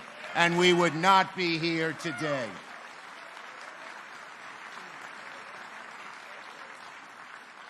We're seeing investments like this across the country. And as I said, it will revitalize not only Syracuse, not only upstate New York, but Ohio, Georgia, Arizona, so many more places. And our children, our grandchildren, will benefit long-term from the investments Micron is making in the community, with jobs, with a future that every parent dreams of for their children. A $500 million community investment fund, and hiring and contracting commitments that will ensure these good-paying jobs go to the people, veterans, minorities, women, rural residents, and neighborhoods that need them most of all. So all of Central New York, not just some, but all, will benefit. That's how the bill was written. That's how the plan was written. It will give people of all ages, of all walks of life, from the dad looking to upgrade his career in manufacturing to the little girl who dreams of being an engineer. It will give them all the education, the training, the support they need to build a life here in the community they grew up in and love. Just think of what this means. The chips that power nearly every aspect of our daily lives, our economy, our national security, will be made in America by upstate New Yorkers. So yes, in conclusion, my friends, Syracuse has always been part of President Biden's history. But now, thanks to the President's leadership, Mr. President, you have changed Syracuse's history forever. So this is a great day for upstate New York, a great day for America. Thank you for celebrating the future here today with us. God bless you. God bless America.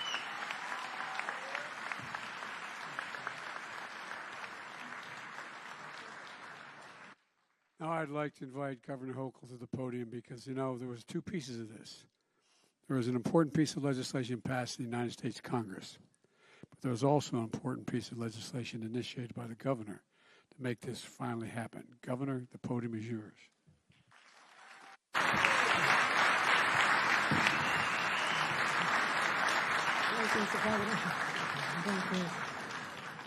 Good morning, Central New York. No, it's afternoon, isn't it? Just seeing if you're awake. I know some of you have been here since this morning, and I appreciate your patience. I just catch you, see if you're paying attention here. It is so fabulous to be here. I have waited for this day for so long, and I'm so grateful to have extraordinary partners, people in the private sector, labor community, and in government. And that does start with our very own, once a resident of Syracuse, New York, when he was a student at the law school, our president, President Joe Biden. I want to thank him for coming to town, not for a law school reunion, but a reunion of upstate with the glorious past of its manufacturing legacy. That's what the reunion is going on right here today. And then we've waited our lives for this. We have waited such a long time to finally have that sense of hope again, and it happened again. And I want to thank the President and Majority Leader Chuck Schumer. If he had not been the Majority Leader, we would not be sitting here today, I guarantee that.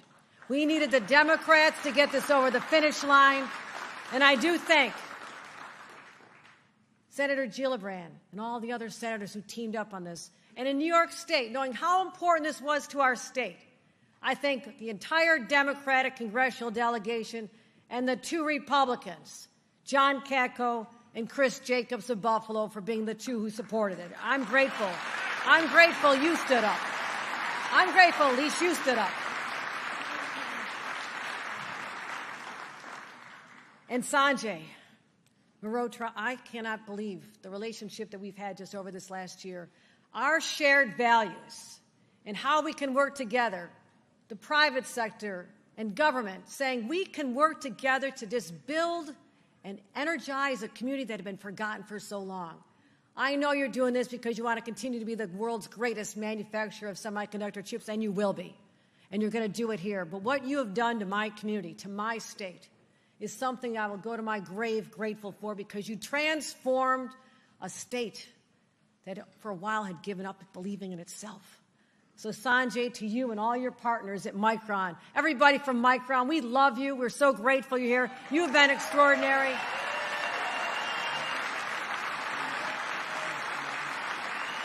Since Micron, stand up, Micron.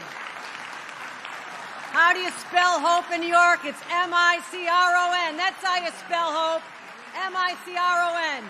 We are grateful to you.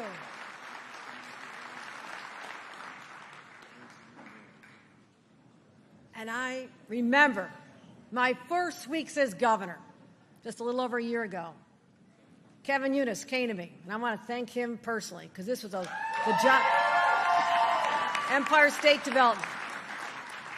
He said, we have an opportunity. There's these guys from Idaho, a company. They're going to look around the country for an opportunity to expand. I said, how big is this? It's the biggest deal in Americans' history. I said, really? Sounds a little big, Kevin. But I said, bring him into my office. Let's see what this is all about. So we had a meeting. We had a chance to talk about what I knew about upstate, because I'm from upstate. I happen to be the first upstate governor in 100 years. I know upstate New York. And I lived through the tough years. I knew what it was like when unemployment was 15%, when all the members of my big Irish Catholic family, who grew up in an area called Lackawanna in Buffalo. And Buffalo, here we go. The Bills are doing pretty good, too. Grandpa made steel.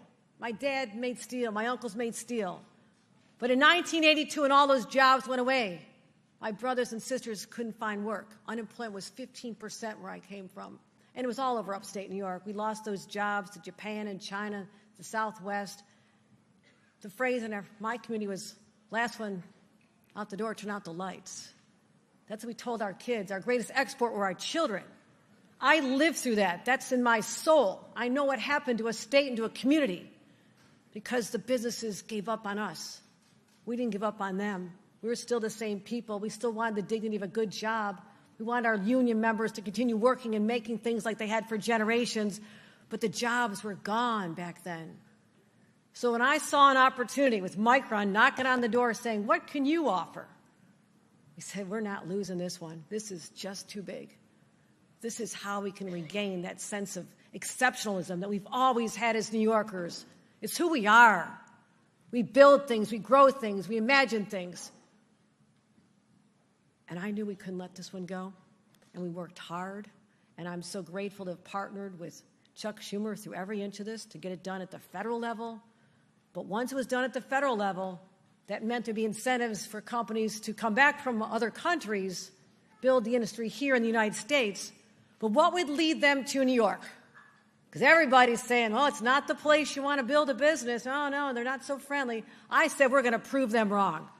And what we had to do, we went to the legislature, and I thank Al Sturpey, our Assemblyman, for being the quarterback who got this one into the end zone with the legislature. I thank Jeremy Cooney. I thank Majority Leader Andre Stewart-Cousins. I thank the Speaker, Carl Heastie, and everybody who stood up and says, we can do this. Now, there were some naysayers. Oh, no, what are you doing here? Not sure about this one. I said, I don't care. I don't care. I'm not losing this one. This is not happening under my watch.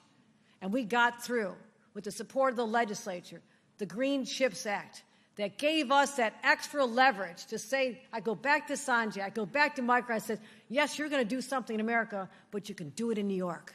And we're going to give you the best educated workforce, the most incredibly innovative people from all the walks of life up here. The people who are being educated in world-class universities. And I know that working together, our Green Chips bill, which puts an emphasis on sustainability, you're going to be a model for every other business in the world when you're done. And we're focused on the $500 million community investment plan that you've made, because we asked for it, and I'm thank you. We said we can build up child care so moms can get to jobs. We can do apprenticeship training. We can get kids in underserved communities that chance of an opportunity that they never would have had, that their parents didn't have. That's how we build the New York dream, and it's happening before our eyes. That is what is so energizing. So those who gave up on this state a long time ago, oh, you didn't make the bet in the right place. because it's happening here. I'm getting phone calls right now from companies all over this country who are saying, tell me about New York. Tell me about this whole ecosystem. We don't need to be a Silicon Valley or a triangle down in North Carolina. This is not just CHIPS corridor. This is CHIPS country. This is New York State, and we're going to build it here in New York. And I am so excited to be able to turn the page on history that was dark and hard for many of us for so long. This is a new era, my friends. This is a new day. This is New York. Thank you very much.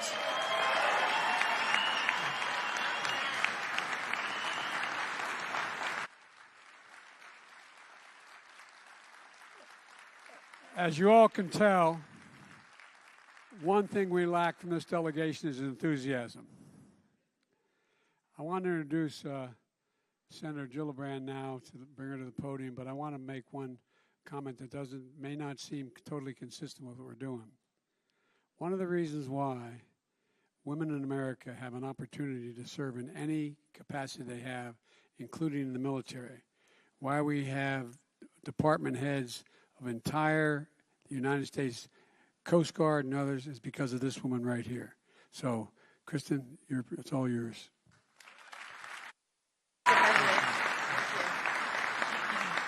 Well, this is an extraordinary day for celebration. I can't tell you how important this is for the state and the country.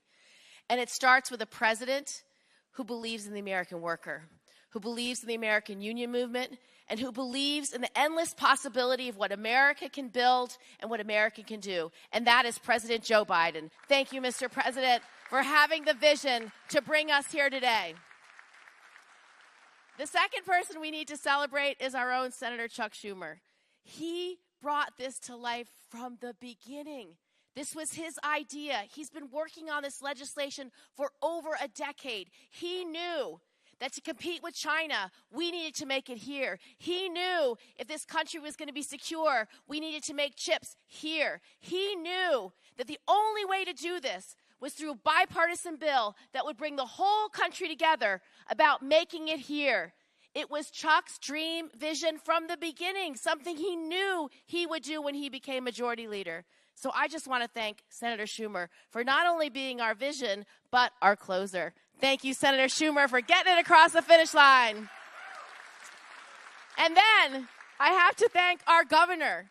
This doesn't happen without a governor who is able to come to the table with resources, to come to the table with promises of the best workforce in the country, who can come to the table with promises for education, for a pipeline of the best students, of the best workers, someone who could come to the table with tax incentives, meeting this company, Micron, halfway to get it done. Governor, without your vision and your commitment, this would also not be done. So thank you to Governor Hochul.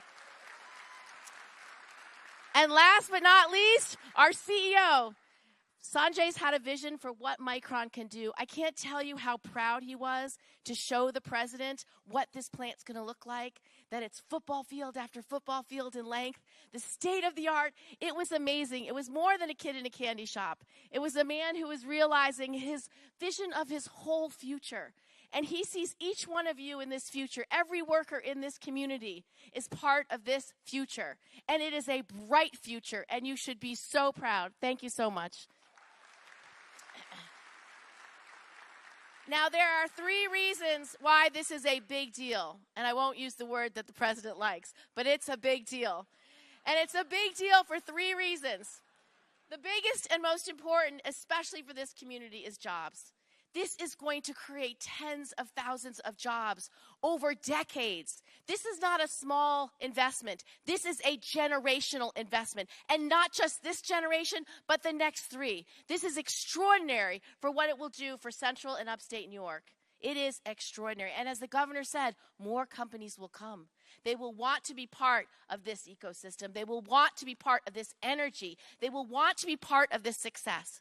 The second reason this matters so much is national security. I sit on the Intelligence Committee and I sit on the Armed Services Committee. And when the Republicans did not want to fund this entire bill, Several of us went to the SCIF to tell them, if you do not fund this now, we will not compete with China and we will not be able to keep this country safe. They understood and they got it done because of Senator Schumer's leadership. So this is the most important component to keep this country safe. Do not underestimate how important it is to be at the forefront of semiconductors, of AI, of quantum, and supercomputing. And this technology allows for all of that. Without it, we do not keep our country safe. And the last reason why this is so exciting is that it's hope. It's hope for the future. It's hope for tomorrow. It's for every kid sitting in the audience or watching this on television saying, I could be an engineer. I could be a mathematician. I can work at Micron. I can work anywhere. I can be the future of this country, the leader and the builder to see made in America once again right here in upstate New York.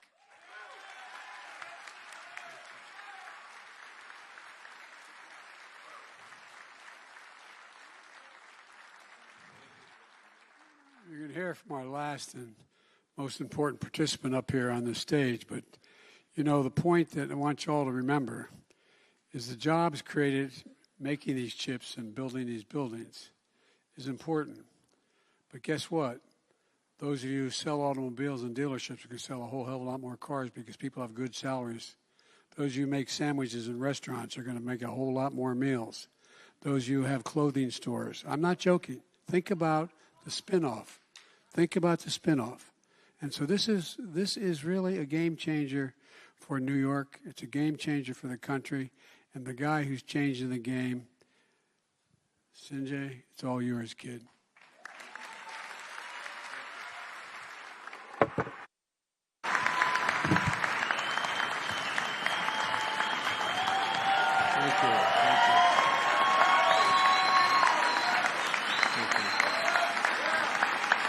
Thank you.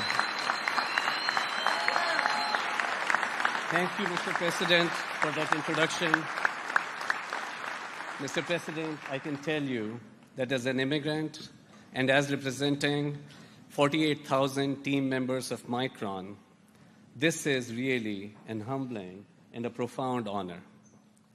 We wouldn't be here today, Mr. President, without your vision and leadership on the CHIPS Act.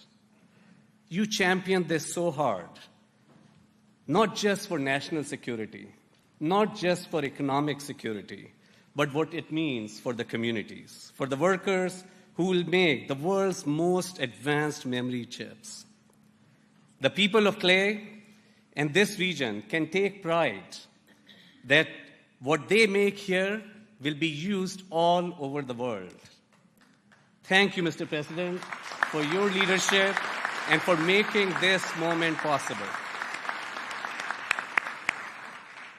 And today we are celebrating the largest semiconductor manufacturing investment ever announced in the United States, an investment right here in the heart of New York.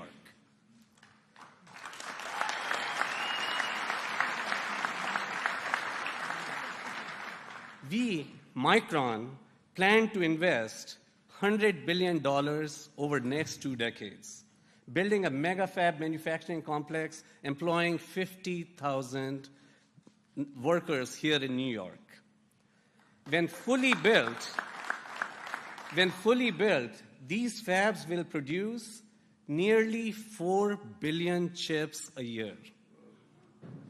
And each of those chips, I had it here, and is it? Can you see it? Very little. It is very little, but I happen to have another one in my pocket. It's this small. It is smaller than my thumbnail. It is thinner than my thumbnail. And it will contain these chips that we'll make here. Each one of them will contain billions of bits of information. Isn't that astounding?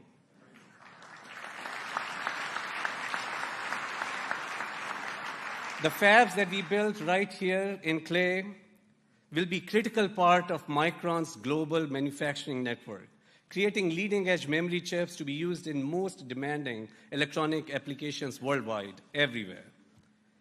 Clay, New York, just a few miles north of here, will be able to say with pride that they are home to some of the most advanced manufacturing in the world. So why is memory so important? The semiconductors that we build, the memory chips, handle the information that makes modern computing so valuable. The data required for computing lives in the kind of chips that Micron makes. And the examples are all around us. The ability to change speech to text in your smartphones, advanced safety features in your modern cars, massive e-commerce platforms driving digital transformation, precise medical imaging systems that help doctors make critical diagnoses. All of these applications and myriads more depend on fast, accurate data. And because memory makes access to data easy, it is at the heart of all of these technology applications today. Memory is also an essential component of critical infrastructure, including aerospace applications like next-generation radars, avionics, secure communications, and electronic defense systems. So I hope you understand why memory is so important. Memory really matters. Advanced computing systems require continual innovation in memory, and Micron teams lead the way.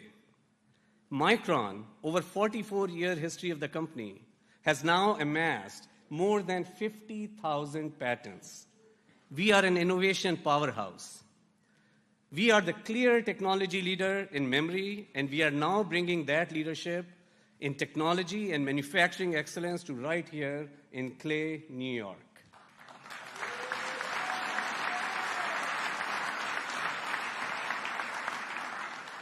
And the importance of memory is also underscored by the sheer size of the market.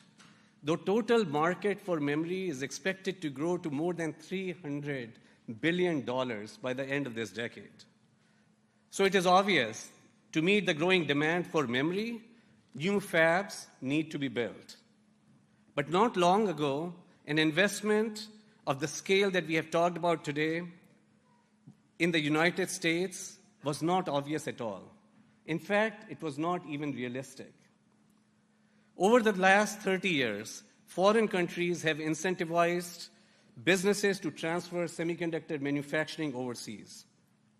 Without similar public-private government partnership here in the States, costs to build in the US versus overseas grew to as much as 45% higher.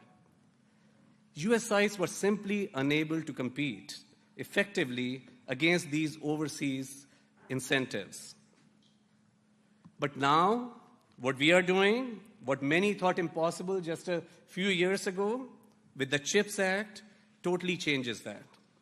Now with CHIPS Act, we'll make the US and New York specifically a hub for leading-edge semiconductor manufacturing.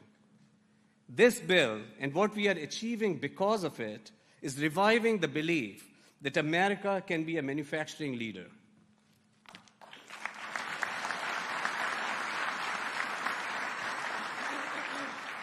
We are grateful to President Biden, Commerce Secretary Gina Raimondo, Senator Schumer, Senator Gillibrand, and so many others who ensured CHIPS became a reality.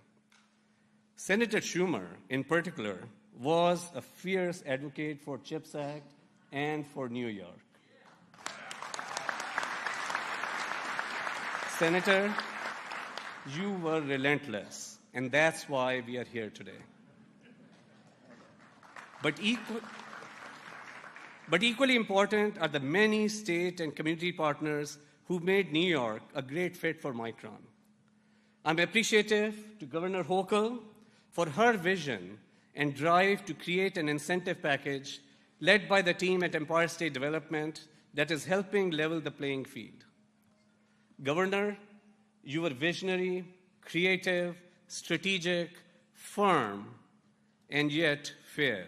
You were instrumental in achieving this partnership between Micron and New York.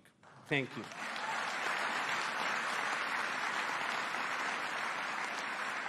And we also appreciate the hard work of so many here in the community who envision this future.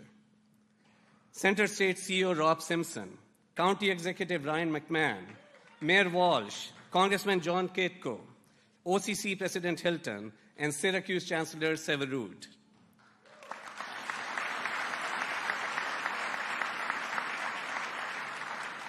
Each of you have really been great partners, and we look forward to working with you as we move ahead. And we know New York will stand alongside us to ensure a successful partnership because we share common goals. Goal 1, meeting the economic and national security needs of the U.S. Goal 2, securing long-term global semiconductor leadership for the U.S. 3, strengthening and expanding Central New York as a regional semiconductor and innovation hub. And 4, generating profits, benefits for a wide range of stakeholders in the community.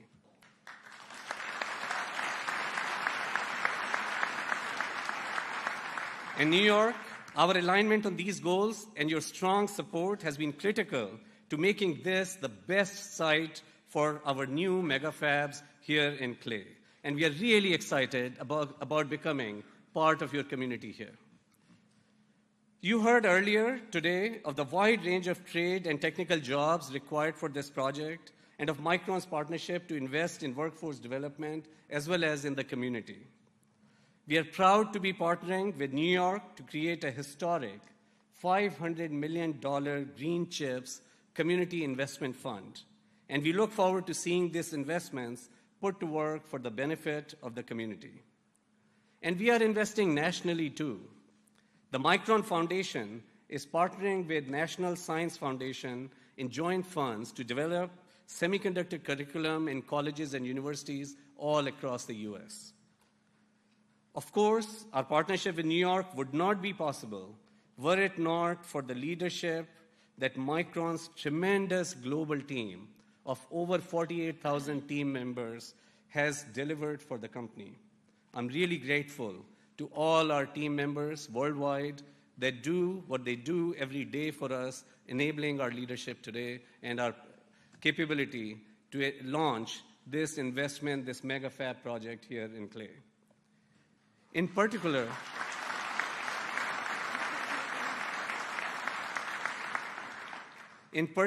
I want to thank the team that worked with the New York team. I want to thank Manish and April, Scott, Rob, Buddy, as well as Courtney and so many others in bringing us to this milestone today.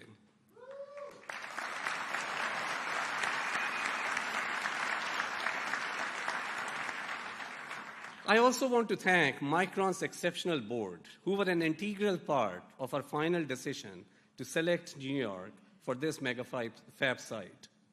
Lenny Hainsworth and Rich Beyer are here representing our board. I would now like to ask Rich, Lenny, and the Micron team to stand and please recognize this amazing team.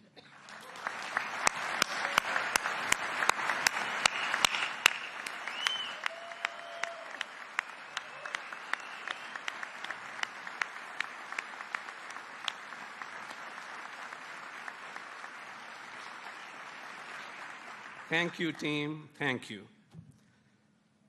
Today is indeed a historic day. We are at the beginning of a transformational journey that will have an impact for generations to come.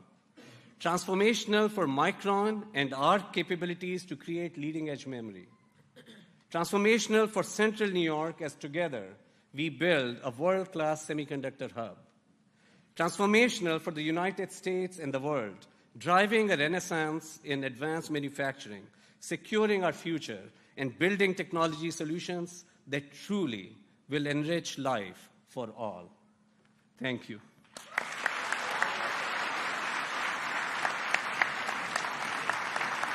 And now, thank you. And now it is my honor to invite President Biden to come back to the podium to make closing remarks.